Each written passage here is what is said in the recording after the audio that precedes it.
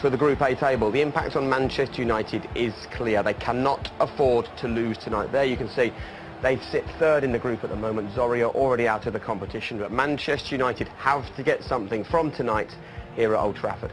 And look, Michael, you walked in early on today saying, I think Manchester United are lucky that staying in the Europa League is still in their hands. I mean, effectively, they've had one good performance so far in this competition. Yeah, and they need 4 points, really, to qualify. So you'd have to think that, you know, after a lot of average performances in the competition so far, probably one really good performance, and that's been about it. To have the qualification in their hands, needing 4 points with a game tonight that they'd expect to win, I do think they're rather fortunate to be in this position. I do. You know, it'd be I was going to say catastrophe if they didn't qualify. I mean, it's the Europa League, so I mean, there are worse things that they could be knocked out of, but it's not like they're flying high in the Premier League, so you know, it does become an important competition for them. Let's remind you what the prize is. The prize is, of course, a place in the Champions League if you win this. In some ways, is it quite handy for those players to know that this evening they can't afford to go out here and lose? You just go out there and you play your game now. Yeah, I think so. I think at home you're expected to win your games anyway, aren't you? Especially against this type of opposition. I think away in Europe it's very difficult to win games. You see the teams that, you know, United have played, but I think probably the last 7 games, I don't think they've won a game for 7 or 8 games. It's only the real top teams that do win away in Europe, your Real Madrid, your Barcelona's, and there's not many teams can go away from home and win. I think the big thing with United for this competition is, are they motivated enough as players? You look at this team and it should be a Champions League team, really. They should be playing a Champions League on a Tuesday and Wednesday night, not in this competition on a Thursday night. And it's a big job for the manager to get them motivated for games like this. Well, that is the starting 11 warming up, so let's bring you through it then. 6 changes from their last league match against Arsenal. Romero makes his second Europa League start. Blind Shaw replaced Rojo and Darmian in the back 4. Plenty of people happy on social media to see Shaw back. Rooney is in behind Ibrahimovic, and there's a name that you might have forgotten out. Mkhitarya, and he gets a start. We think he's going to start out on the left, and that's sort of how we expect this team to line up. But Mkhitarya on the left, Mata on the right, Rooney in the middle. Is that how he's going to do it, do you think? Well, I don't know. We'll have to wait and see. I think the two definites are Carrick and Pogba in them 2 positions. They've done well. They've formed a little bit of a partnership over the last few weeks in some really good performances.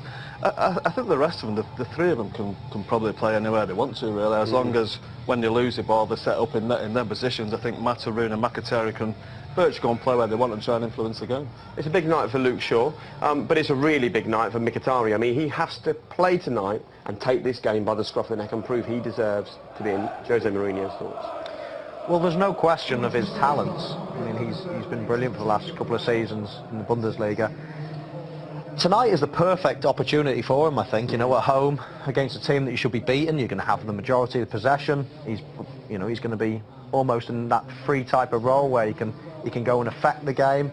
I don't think there's any excuses. Sometimes you come in and you haven't played for a long time. That possibly is the only excuse, that he hasn't played for a while and everyone expects you to be in the team and up and running. Well, sometimes it can take you a few games. So that is his only get out, really. But in general terms, he should be licking his lips for tonight. This is a massive game for him. Look, he's had a few games. He's had a few months to get used to English football and life at Manchester United, so he needs to perform this evening. The other team news, actually, is that Martial's not even on the bench. We're yet to find out whether he's injured or not. Perhaps Jose really was unhappy with his performance last time out and he's been completely bombed out. We'll wait and see. Before we go any further, though, let's just talk about the other big news story from today. Steven Gerrard announcing his retirement. In many ways, you were there from the start with him, weren't you? Did you play the day he made his Liverpool debut as well? Yeah, I think it was away at Tottenham, I think. No, I joined the club at 11 years of age and basically came through the ranks with Stevie, and I think Scholes would probably agree, one of the best players this country's seen in recent times, arguably the best player Liverpool have ever seen. World class, just no other way to describe it. A powerhouse, had virtually everything in this game, and inevitable. I think everyone expected it. He probably wanted to see out his career at Liverpool. Probably didn't want to have to move, but move he did, and I think it's probably the right time, and I don't think there's any question where his future lies. He probably wants to stay in the game and go into management. Not sitting in here with us. For the short term he'll be doing that. Where does he rank among your best opponents in the Premier League? Oh, he's definitely one of the best. Such a strong, powerful, as Michael said, a powerhouse, really. He can get from box to box, he scored great goals, winning goals, carried his team for quite a while, really, when he could have moved and possibly gone on to win the league a little bit But no, he's a fantastic player, and I think we should congratulate him on a fantastic career. Indeed we should. You can see an exclusive interview with Steven Gerrard by going to the BT Sport website. You made the move from Liverpool to Man United. How close do you reckon Steven came to coming here?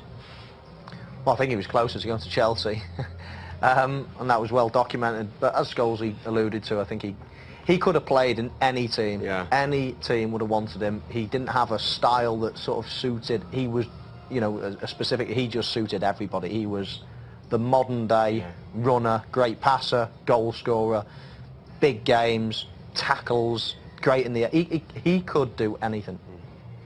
Scholes or Gerrard? Oh, what do you reckon, Scholesy? No question, is it? Mr. Mother.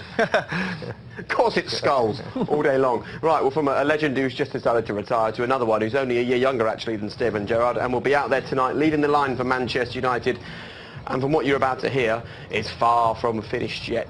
Zlatan Ibrahimovic sat down with us this week. I shine 24 hours. I feel good. I'm happy. I will travel alone and I will conquer wherever I go. So, a statue for you in your home country. Congratulations on that. I think it's powerful, it's magic, it's amazing. It's a symbol of me as a private person and the player, so I feel very honored. And like I said, when I received the statue, that one day I will pass away, but the statue will live forever. Recently, you had your longest goal drought for 10 years. I have more than 450 goals in my career, so that is the least thing I worried about. Sometimes you're unlucky, sometimes the focus is not there, but most of the times everything should be in order, so confident, that is the less problem I have. Like the wine, the older the better. A lot has been said recently about your captain, Wayne Rooney. What is your take on him? I think there is a lack of respect and just pushing out everything instead of appreciating for who he is and what he has done. So I think the situation is exaggerated. I have the same thing when it comes to me, so it goes in here, it goes out here. The manager right now is assessing all aspects of the first team here. How, for you as a man who's played at many great clubs, does United compare to a PSG, an Inter, a Milan? If you look at the last 4 or 5 years, the team hasn't been where it's supposed to be. And we're working hard for it, and I think there is still a bit to compare with the biggest teams.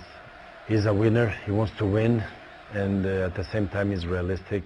All the team, all the people around the team, in the club, they respect him.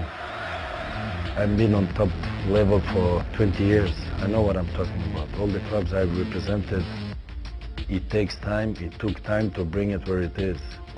I want to win everything I play for, but when I go in training, I don't accept to lose. I'll do everything to win. So I think the team belongs in the Champions League, but it is what it is, and we will do everything to win it.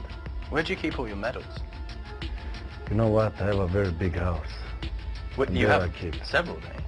I have a lot of medals, a lot, and I want more. And that would fit nicely a Europa League one. That would fit very good. There is place also for that trophy, so if it wouldn't be, I would buy another house, bigger. Nice. Or he could just live in your East Wing, Michael, couldn't he? His house. All right, well, look, at a risk of bringing him back down to earth, which is probably quite difficult with Zlatan Ibrahimovic, as you've just seen, these are his goals in his last few matches. His last 8 games, as you can see, a goal against Zorya, a couple against Swansea. But despite this, there's talk from Jose Mourinho this week in a press conference that they'll look to keep him here for next season. Is that the right call by Man United if he stays for another season after this? Yeah, I think so. I think he's an athlete and he's a fit lad. I think it'd be good to have him around the place. Good for someone like Marcus Rashford to learn from. You know, if at 36 years of age he's going to be the main striker, then no, I don't see that. I think there has to be. When this club has been successful, when I was playing, when Michael was playing, we always had 3 or 4 brilliant centre forwards. Now, if you're talking about a 36-year-old, as special as he's been over his career, and as special as he still is now, I don't think he should be the main one. I think Marcus can take that role. Marcus should now be learning from as much as he can. Is he ready for that role yet, though, Marcus? No, I'm not sure he is yet. I was going to come to that. Sorry. But Marcus can learn from Zlatan. Yeah. He can learn massive from him. But there has to be a point when Marcus says, right, I'm after your place. We're direct rivals for this position, and he has to take that someday. And will they bring another centre forward in? I don't know. Wayne's obviously there, obviously to challenge. Is Martial a centre forward? That's 4 straight away. But at 36-year-old, being the main striker, the main one to rely on, I think he's great to have around the place. 20, 25 games maybe. I still think he'll score goals. Yeah, he's definitely a stopgap striker, isn't he? I mean, at the time, Rashford... Not a bad stopgap, is he? Well, yeah, it's good, but talking Man United, you need one of the best strikers in the world to be, to be the regular striker here. You need to be one of the best in the world, and of course, Jose Mourinho didn't think that the current crop, were ready. Rashford not probably ready.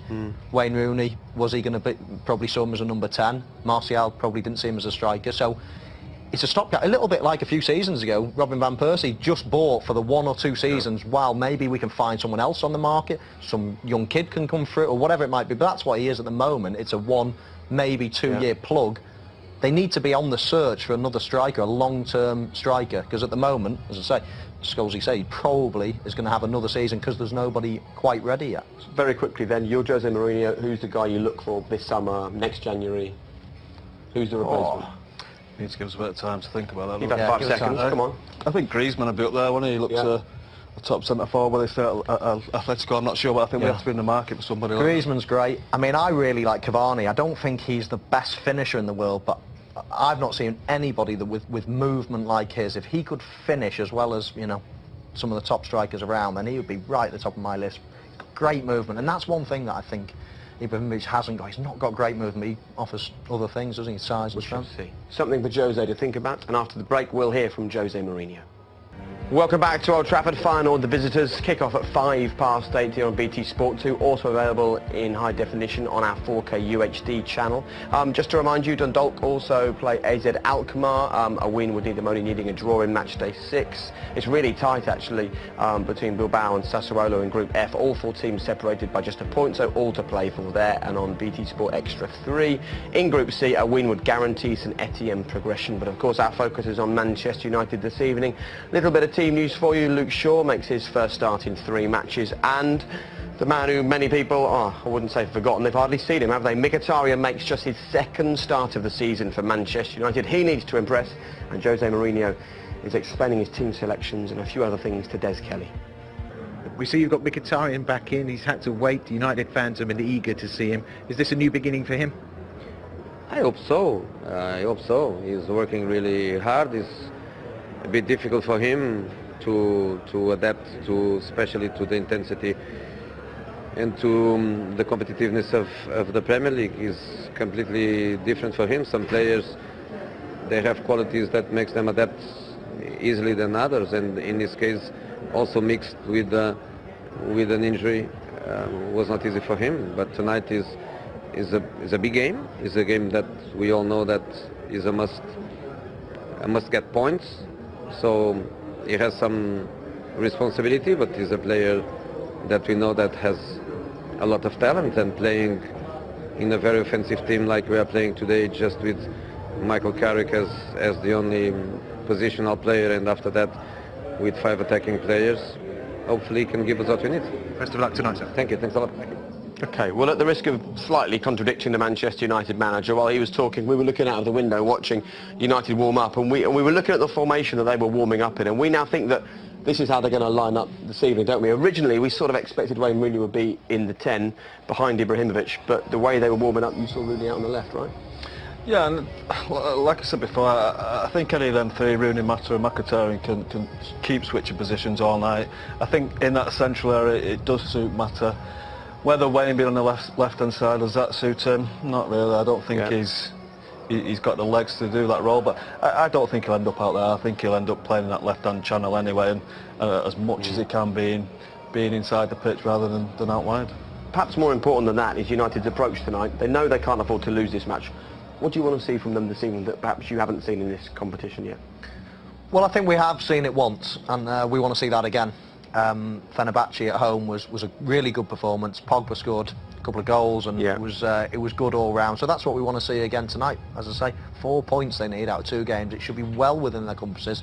They're fortunate, I feel, that they only need 4 points in these last two games, but this is the one. It's at home. They need to get the 3 points here and go away, and you know there's two results in your favour when you go away, obviously, so this is their big opportunity tonight. And I sense from you that you're full of confidence for this evening, but you know this is a Feyenoord side who are top of their Eredivisie. They come into this on the back of a 3-0 win, they're scoring goals. Why are you so sure that tonight United will be okay? I know you say that about Feyenoord, but I don't think Dutch football is anything like we knew it used to be. Great attacking players, strong league, but they've struggled really. Dutch football's struggling. They've only beaten United once this season. Yeah, well, I told you that's away from home United. I don't think the motivation is there for the competition. Even if United went out, I don't think there'd be any sleep lost. All right, gentlemen, thank you very much for your company. As you can see, it's starting to fill up despite horrendous traffic problems around Manchester today. Kick-off comes next. Manchester United in a must-not-lose game against Feyenoord.